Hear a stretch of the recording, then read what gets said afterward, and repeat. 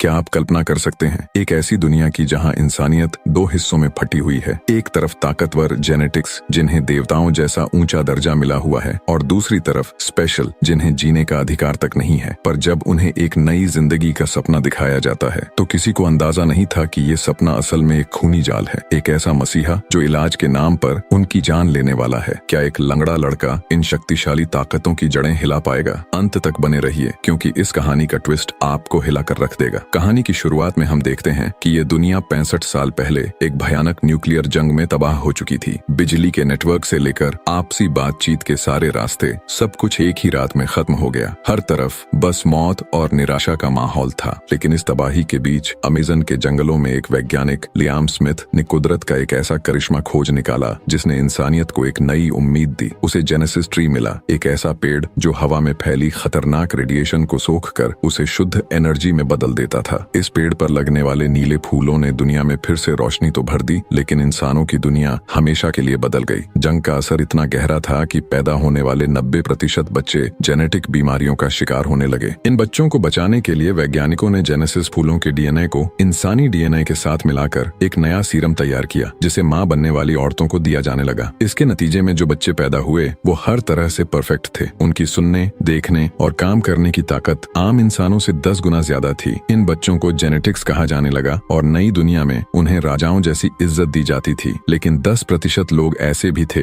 जिनका शरीर genesis DNA को स्वीकार नहीं कर पाता था। वो आज भी आम इंसानों की तरह पैदा होते थे और उन्हें स्पेशल का नाम दिया गया। नई दुनिया में स्पेशल को कचरे की तरह देखा जाता था और उन्हें सिर्फ छोटे मोटे मजदूरी के काम ही मिलते थे। इसके बाद कहानी हमें जेनेसिस इंस्टीट्यूट में ले जाती है जहाँ इन कीमती पेड़ों को सुरक्षित रखा जाता है। यहीं हमारी मुलाकात लियोन से होती है जो व्हील चेयर पर है और यहाँ सफाई का काम करता है। उसके साथ एक 12 साल की लड़की क्लोई भी है जो एक स्टूडेंट बनकर स्कूल ट्रिप पर आई है। लेकिन जल्द ही पता चलता है कि ये दोनों मिले हुए हैं और उनका मकसद यहाँ चोरी करना है। अपने प्लान के मुताबिक क्लोई टूर गाइड को बातों में उलझाए रखती है जबकि लियोन एक हैकिंग डिवाइस से एक सिक्योर दरवाजा खोल लेता है। दरवाजा खुलते ही वो आगे के गार्ड्स की लोकेशन देखता है और उनसे बचने के लिए अपनी जेब से एक छोटा सा रिमोट कंट्रोल वाला चूहा निकालकर जमीन पर छोड़ देता है। गार्ड्स उस खिलौने को पकड़ने के लिए जैसे ही उसके पीछे जाते हैं वो चूहा एक नींद की गैस छोड़ता है और सारे गार्ड्स वहीं बेहोश हो जाते हैं। वहां से बचकर लियोन लैब के अंदर घुस जाता है जहां के वैज्ञानिकों को वो पहले ही वेंटिलेशन सिस्टम के जरिए गैस छोड़कर बेहोश कर चुका था। अंदर पहुंचकर वो अपनी माँ की दी हुई एक पुरानी घड़ी देखता है जिससे उसे हिम्मत मिलती है। फिर वो एक लेजर कट्टर से जेनेसिस ट्री के शीशे को काटना शुरू करता है और मौका देखकर पेड़ से एक नीला फूल तोड़ लेता है। फूल के टूटते ही पेड़ का डिफेंस सिस्टम एक्टिव हो जाता है। पूरे इंस्टीट्यूट में सिक्योरिटी अलार्म बजने लगता है और एक आवाज गूंजती है, इस जगह में घुसपैठ हुई है, इसे तुरंत बंद किया जा रहा है। लियोन किसी तरह बाहर जमा हुई भीड़ में घुसकर निकलने लगता है और जानबूझकर क्लोई से टकराता है। इसी पल में वो फूल वाला कंटेनर उसे दे देता है जिसे क्लोई बड़ी चालाकी से एक टेडी बियर के अंदर छिपा लेती है। जब सिक्योरिटी गार्ड्स उसकी तलाशी ले रहे होते हैं तो वो टेडी बियर उन्हीं को पकड़ा देती है और चेकिंग पूरी होने के बाद आराम से बाहर निकल जाती है। वहाँ से निकलकर दोनों अपने शहर लौट आते हैं जहाँ हर तरफ एक नेता सेनेटर फ्रैंक का भाषण चल रहा था। वो एक नया कानून लाना चाहता था जिससे जेनेटिक्स और स्पेशल लोगों को बराबर का दर्जा दिया जा सके। वो एक ऐसा सीरम बना रहा था जिससे स्पेशल लोग भी अपनी बीमारियों से ठीक होकर जेनेटिक ताकतों को पा सकते थे। इसी बीच एक मशहूर पॉप स्टार मीरा यह ऐलान करती है कि वो इस नेक काम के लिए स्पेशल लोगों के गरीब इलाके में एक कॉन्सर्ट करेगी। क्लोई तो मीरा को अपने डिस्ट्रिक्ट में आता देख बहुत खुश होती है और लियोन से वहाँ जाने की जिद करती है। लेकिन लियोन यह कहकर साफ मना कर देता है कि अमीर जेनेटिक्स सिर्फ दिखावा करते हैं, उन्हें स्पेशल लोगों से कोई हमदर्दी नहीं है। इसके बाद दोनों अपने घर पहुंचते हैं जो एक बेसमेंट में बनी वर्कशॉप है। क्लोई को पेड़ पौधों का बहुत शौक है और वो वहाँ अजीब तरह के फल और बेलें उगाती है, जबकि लियोन एक वैज्ञानिक है जो स्पेशल लोगों के लिए नकली हाथ पैर बनाता है। वो अपने गैजेट्स बनाने के लिए उसी चुराए हुए जेनेसिस फूल के रस का इस्तेमाल करने की तैयारी कर रहा था कि तभी आधी रात को उसे एक घबराए हुए आदमी का फोन आता है। वो आदमी अमीर जेनेटिक डिस्ट्रिक्ट में रहता था और चलने फिरने के लिए एक मैकेनिकल सूट का इस्तेमाल करता था जो अब खराब हो गया था। अगर लोगों को उसकी सच्चाई पता चल जाती तो उसे नौकरी से निकाल दिया जाता। पहले तो लियोन वहां जाने से मना कर देता है क्योंकि जेनेटिक डिस्ट्रिक्ट में स्पेशल लोगों के साथ बहुत बुरा बर्ताव होता था। लेकिन जब वो आदमी 3 गुना पैसे देने की पेशकश करता है तो लियोन मान जाता है। क्लोई उसे बहुत रोकती है लेकिन लियोन पैसों की खातिर खतरा उठाने के लिए तैयार हो जाता है और वे दोनों एक पुरानी खुफिया सुरंग के रास्ते उस डिस्ट्रिक्ट में घुस जाते हैं। जिस आदमी को उनकी मदद चाहिए थी वो उन्हें होटल के पिछले दरवाजे से चुपचाप अंदर ले आया। लियोन और क्लोई क्लोई फौरन उसके मैकेनिकल सूट को ठीक करने में लग गए। लेकिन इससे पहले कि वो अपना काम खत्म कर पाते, अचानक पूरे रेस्टोरेंट में अंधेरा छा गया। रेस्टोरेंट में एंटी जेनेटिक स्क्वाड नाम का एक खतरनाक गिरोह घुस आया जो जेनेटिक्स से नफरत करता था। उनका लीडर चिल्लाकर बोला, उम्मीद है तुम सबने अपना खाना खा लिया होगा, क्योंकि ये तुम्हारी जिंदगी का आखिरी खाना है। उन्होंने बिना सोचे समझे लोगों को मारना शुरू कर दिया और हर तरफ तोड़ फोड़ करने लगे। यह देखकर क्लोई डर के मारे कांपने लगी और बोली, लियोन, ये क्या हो रहा है? हम क्या करेंगे? दोनों छिपकर अपनी जान बचाने की कोशिश कर रहे थे, लेकिन भागने का रास्ता बंद हो चुका था। ऐसे में लियोन ने एक हिम्मत भरा फैसला किया। उसने उसी मरे हुए आदमी का मैकेनिकल सूट उठाया और खुद पहन लिया। इसी बीच गिरोह के लोग किचन में आ गए और अपने अगले प्लान के बारे में बात करने लगे। वो कह रहे थे कि कल उन्हें एक बड़ा काम करना है और किसी खास आदमी को रास्ते से हटाना है। उनकी बातें सुनकर क्लोई समझ गई कि ये लोग किसी बड़ी साजिश को अंजाम देने वाले हैं। तभी उनके लीडर के हाथ से एक कागज नीचे गिर गया, जिसे क्लोई ने चुपके से उठा लिया। अचानक लियोन के पहने हुए सूट में कुछ खराबी हुई और वो एक मेटल काउंटर पर जा गिरा, जिससे जोर की आवाज हुई। आवाज सुनकर गैंग के सदस्य उनकी तरफ दौड़े और उन पर हमला करने ही वाले थे कि लियोन ने खुद को बचाने के लिए वहां रखी सारी चीजें उन पर फेंक दी। फिर उसने उस मैकेनिकल सूट की ताकत का इस्तेमाल करके पीछे का दरवाजा तोड़ा और दोनों वहां से भाग निकले। घर पहुंचकर उन्हें लगा कि वो बच गए हैं, लेकिन असल मुसीबत तो अब शुरू हुई थी। रेस्टोरेंट के कैमरों में उनकी तस्वीरें आ गई थीं और चूंकि गैंग के लोगों ने नकाब पहने हुए थे, इसलिए पुलिस को लगा कि लियोन और क्लोई ही उस हमले के पीछे हैं। बिना कोई जुर्म किए वो अब पूरे शहर में अपराधी बन चुके थे। टीवी पर पुलिस की स्पेशल फोर्स के हेड का इंटरव्यू चल रहा था। उसे देखते ही लियोन के होश उड़ गए, क्योंकि ये वही आदमी था जो उस गैंग को लीड कर रहा था। इसका मतलब साफ था कि पुलिस का सबसे बड़ा अफसर ही आतंकवादियों का सरगना था। इसके बाद क्लोई ने उस कागज को देखा जो उसे रेस्टोरेंट में मिला था। वो मीरा के कॉन्सर्ट का एक पोस्टर था जो स्पेशल डिस्ट्रिक्ट में होने वाला था। यह देखकर वो दोनों समझ गए कि गिरोह का अगला निशाना वो कॉन्सर्ट है। वो वहां हमला करके उसका इल्जाम स्पेशल लोगों पर डालना चाहते थे, ताकि सेनेटर का नया कानून कभी पास न हो सके और स्पेशल लोगों को कभी बराबरी का हक न मिल पाए। क्लोई ने फैसला किया कि उन्हें यह सब रोकना होगा, क्योंकि यह सिर्फ उन दोनों की नहीं बल्कि पूरे स्पेशल डिस्ट्रिक्ट की लड़ाई थी। लेकिन लियोन को लगा कि एक व्हील चेयर पर बैठा आदमी और एक छोटी बच्ची कुछ नहीं कर सकते, इसलिए उसने भागने का फैसला किया। उसके इस फैसले से क्लोई को बहुत गुस्सा आया। वो चिल्लाकर बोली, तुम सिर्फ अपने बारे में सोचते हो, तुम व्हील चेयर पर बैठे एक बेकार इंसान के अलावा और कुछ नहीं हो। इतना कहकर वो गुस्से में वहां से चली गई। लियोन जब भागने के लिए अपना सामान पैक कर रहा था तो उसकी नजर अपनी माँ की दी हुई घड़ी पर पड़ी, जिस पर लिखा था, हम सब बराबर हैं। उसे अपनी माँ की याद आई, जिनका इलाज सिर्फ इसलिए नहीं हो पाया था क्योंकि वो एक स्पेशल थी। उसे एहसास हुआ कि वो इस तरह हार नहीं मान सकता। उसने अपना इरादा बदल दिया और वापस आकर उस मैकेनिकल सूट को ठीक करने में जुट गया। जब क्लोई घर लौटी तो उसने देखा कि लियोन उस सूट को और भी खतरनाक बना रहा था। उसने सूट में कई तरह के हथियार लगा दिए थे, जबकि क्लोई ने अपनी बागवानी की जानकारी का इस्तेमाल करते हुए उसमें ऐसी बेलें लगा दी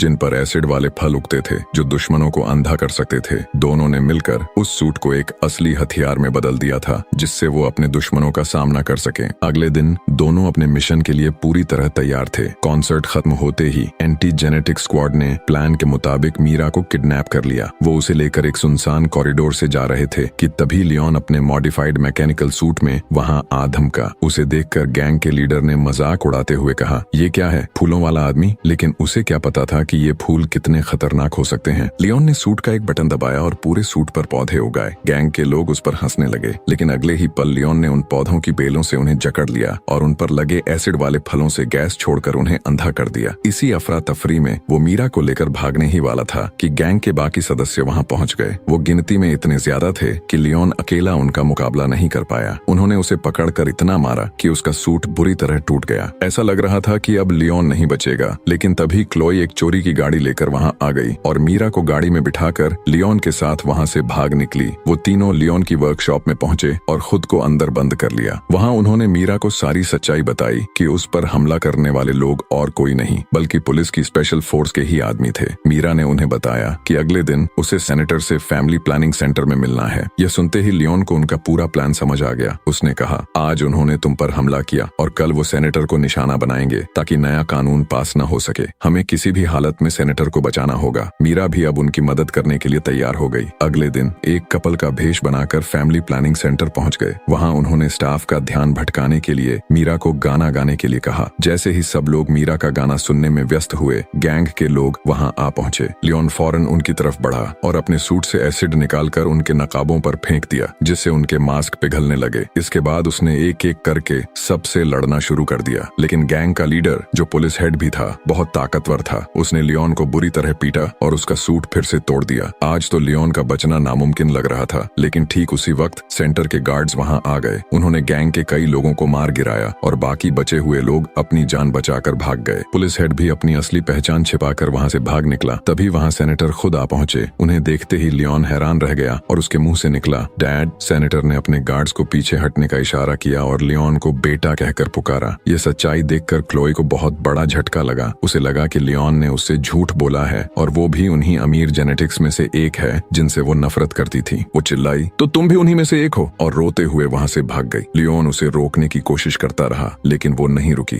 थोड़ी ही देर में मीडिया भी वहां पहुंच गई। सेनेटर ने इस मौके का फायदा उठाते हुए ऐलान किया कि मेरे बेटे जो खुद एक स्पेशल है ने आज मेरी जान बचाई है। यह इस बात का सबसे बड़ा सबूत है कि स्पेशल किसी भी तरह से जेनेटिक्स से कम नहीं है और उन्हें बराबरी का हक मिलना ही चाहिए। सेनेटर के इस भाषण के बाद उसका नया कानून लगभग सभी की सहमति से पास हो गया। सरकार ने वादा किया कि अब स्पेशल लोगों को भी बराबरी का दर्जा मिलेगा और उनके इलाज के लिए खास मेडिकल कैंप लगाए जाएंगे। इसके बाद लियोन क्लोई को ढूंढने की बहुत कोशिश करता है, लेकिन वो उसे कहीं नहीं मिलती। दुखी होकर वो उस मेडिकल कैंप में लौट आता है जहां स्पेशल लोगों का इलाज शुरू होने वाला था। कैंप में सेनेटर उससे मिलने आता है और अपने पुराने बर्ताव के लिए माफी मांगता है। वो कहता है, तुम्हारी माँ मेरी गलती की वजह से इस दुनिया से चली गई और मैं अब उस गलती को सुधारना चाहता हूँ। उसने तुम्हारे लिए एक खत छोड़ा था, लेकिन मैं तुम्हें कभी देने की हिम्मत नहीं जुटा पाया। लियोन वो खत पढ़ता है जिसमें उसकी माँ ने लिखा था, बेटा जिंदगी बहुत मुश्किल हो सकती है, लेकिन तुम अपने दिल को कभी सख्त मत होने देना और अपने पिता को माफ कर देना, क्योंकि आखिर में परिवार ही साथ रहता है। खत पढ़कर लियोन की आंखों में आंसू आ जाते हैं। तभी वहाँ क्लोई और मीरा भी आ जाती हैं। क्लोई लियोन को बताती है कि पुलिस हेड ह्यूजेस को अब तक गिरफ्तार नहीं किया गया है और वो अभी भी सेनेटर के साथ ही काम कर रहा है। यह सुनकर लियोन को शक हो जाता है कि दाल में कुछ काला है। वो क्लोई को अपनी लैब से एक जासूसी कैमरा लाने के लिए कहता है। क्लोई वो कैमरा लाकर चुपके से उस लैब में रख देती है जहाँ सेनेटर और ह्यूजेस मौजूद थे। उस कैमरे के जरिए उन्हें एक ऐसी भयानक सच्चाई पता चलती है जिसे देखकर उनके पैरों तले जमीन खिसक जाती है। वो दोनों दुश्मन नहीं बल्कि पार्टनर थे। सेनेटर का नया कानून स्पेशल लोगों की भलाई के लिए नहीं बल्कि जेनेटिक्स को और भी ज्यादा ताकतवर बनाने के लिए था। असल में स्पेशल लोगों के दिमाग में एक खास तरह का केमिकल होता था जिससे जेनेटिक्स की ताकत को कई गुना बढ़ाया जा सकता था। सेनेटर इसी केमिकल को हासिल करने के लिए यह सारा नाटक कर रहा था। इन कैंपों में स्पेशल लोगों का इलाज नहीं बल्कि उनके दिमाग से वो केमिकल निकाला जा रहा था। ये प्रोसेस इतना दर्दनाक था कि इसमें डोनर की मौत भी हो सकती थी, लेकिन सेनेटर को इसकी कोई परवाह नहीं थी। वो तो चाहता था कि सारे स्पेशल मर जाएं और इस दुनिया पर सिर्फ जेनेटिक्स का राज हो। यह भयानक सच्चाई देखकर स्पेशल लोगों का खून खौल उठा। एक आदमी चिल्लाया, हमें लड़ना होगा। दूसरे ने डरते हुए कहा, लेकिन कैसे? वो हमें मार डालेंगे। तब लियोन ने हिम्मत से कहा, वो यही तो चाहते हैं कि तुम खुद को कमजोर समझो, लेकिन ये सच नहीं है। हम सब एक हैं, हम सब बराबर हैं। हमें बस तब तक लड़ना है जब तक पुलिस यहाँ नहीं आ जाती। लियोन की बातों ने सब में जोश भर दिया और वो लड़ने के लिए तैयार हो गए। एक प्लान के मुताबिक लियोन ऑपरेशन रूम में चला गया। उसने अपने कंबल के नीचे मरम्मत किया हुआ सूट छिपा रखा था। सेनेटर ने उसे देखते ही कहा, आज वो दिन है जब मैं तुम्हें ठीक कर दूंगा। लेकिन लियोन ने गुस्से से कहा, तुम मुझे नहीं, अपनी इस घिनौनी सोच को ठीक करो। मैंने सब कुछ देख लिया है। तुम एक शैतान हो। सेनेटर ने कहा, ये शैतानी नहीं विकास है। तुम एक जेनेटिक पैदा होने वाले थे। स्पेशल लोगों के दिमाग से मैं हर बीमारी का इलाज कर सकता हूँ और हम इंसानों को एक नए दौर में ले जा सकते हैं और इसकी शुरुआत तुमसे होगी मेरे बेटे। लियोन ने नफरत से जवाब दिया, बीमार मैं नहीं तुम हो। इतना कहकर उसने अपने पिता को कमरे में बंद कर दिया। इसके बाद लियोन तेजी से सिक्योरिटी रूम की तरफ भागा। क्लोई ने उसे रास्ते में रोककर कुछ और हथियार दिए और मजाक में कहा, इन्हें समझदारी से इस्तेमाल करना, फूलों वाले आदमी। लियोन ने मुस्कुराकर कहा, अब मैं उन्हें असली फूलों की ताकत दिखाऊंगा। उसने सिक्योरिटी रूम के गार्ड्स को मारकर सारे गेट खोल दिए, जिससे कैंप में बंद सभी स्पेशल लोग बाहर आ गए। गेट खुलते ही अलार्म बजने लगे और ह्यूजेस अपनी पूरी फौज के साथ वहां पहुंच गया। उसे देखकर स्पेशल लोग पत्थर और डंडों से उन पर टूट पड़े। दूसरी तरफ क्लोई और मीरा अपने मिशन पर लग गए। उन्हें किसी भी तरह वो वीडियो सबूत पुलिस तक पहुंचाने थे, लेकिन तभी एक गार्ड ने आकर मीरा का गला दबा दिया। वो मरने ही वाली थी कि एक स्पेशल ने पीछे से उस गार्ड पर हमला करके मीरा की जान बचा ली। आखिरकार उन्होंने वो सबूत पुलिस तक पहुंचा दिए। उधर लियोन और ह्यूजेस के बीच एक भयानक लड़ाई चल रही थी। ह्यूजेस एक जेनेटिक होने की वजह से बहुत ज्यादा ताकतवर था। उसने लियोन को बुरी तरह पीटकर उसका सूट तोड़ दिया और उसे घसीटते हुए जेनेसिस ट्री वाली लैब में ले गया। उसने लियोन को उठाकर जोर से कंट्रोल पैनल पर दे मारा। लियोन जानता था कि इस पेड़ को कैसे इस्तेमाल करना है। उसने पेड़ से एक फूल तोड़ा, जिससे पेड़ का डिफेंस सिस्टम एक्टिव हो गया और उसमें से हजारों जहरीले कांटे निकले,